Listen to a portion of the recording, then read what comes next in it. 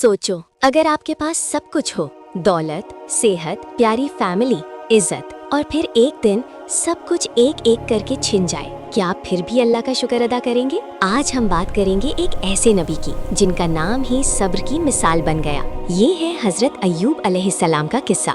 हजरत अय्यूब अलैहिस्सलाम अल्लाह के पैगंबर थे। उनका जिक्र कुरान में कई जगह आता है, जैसे सूरह अल-अंबिया और सूरह साद में। रिवायत के मुताबिक वो बनी इसराइल में भेजे गए। उनका नसब हजरत इब्राहिम अलैहिस्सलाम की औलाद से जुड़ा हुआ था। अल्लाह ने उन्हें हर नेमत दी थी, बहुत ज्यादा माल और जमीन, जानवर और खेती, बहुत से बच्चे, इज्जत और मुकाम, और सबसे बड़ी नेमत अच्छी सेहत। लोग उन्हें देखकर कहते थे, ये अल्लाह के बहुत पसंदीदा बंदे हैं। लेकिन कहानी यहीं खत्म नहीं होती। अल्लाह अपने खास बंदों को आजमाता है। हजरत अय्यूब अलैहिस्सलाम की जिंदगी में भी आजमाइश का दौर शुरू हुआ। सबसे पहले उनका माल खत्म हो गया, खेती बर्बाद हो गई, जानवर मर गए, दौलत चली गई। फिर एक और सख्त इम्तिहान आया, उनके बच्चे भी वफात कर गए। सोचिए, एक बाप के लिए इससे बड़ा दुख क्या हो सकता है? लेकिन अय्यूब अलैहिस्सलाम ने क्या कहा? उन्होंने शिकायत नहीं की। उन्होंने बस इतना कहा, अल्लाह ने दिया था, अल्लाह ने ले लिया। उनका यकीन हिलता नहीं था। फिर उन पर एक सख्त बीमारी आई। रिवायत में आता है कि उनका जिस्म जख्मों से भर गया। लोग उनके पास आना छोड़ गए। कुछ रिवायत के मुताबिक लोग उन्हें शहर से बाहर ले गए। उन पर लंबी बीमारी आई, सालों तक आई, और उन्होंने सब्र किया। ना उन्होंने अल्लाह से शिकवा किया, ना गिला किया, ना ईमान छोड़ा। उनकी बीवी,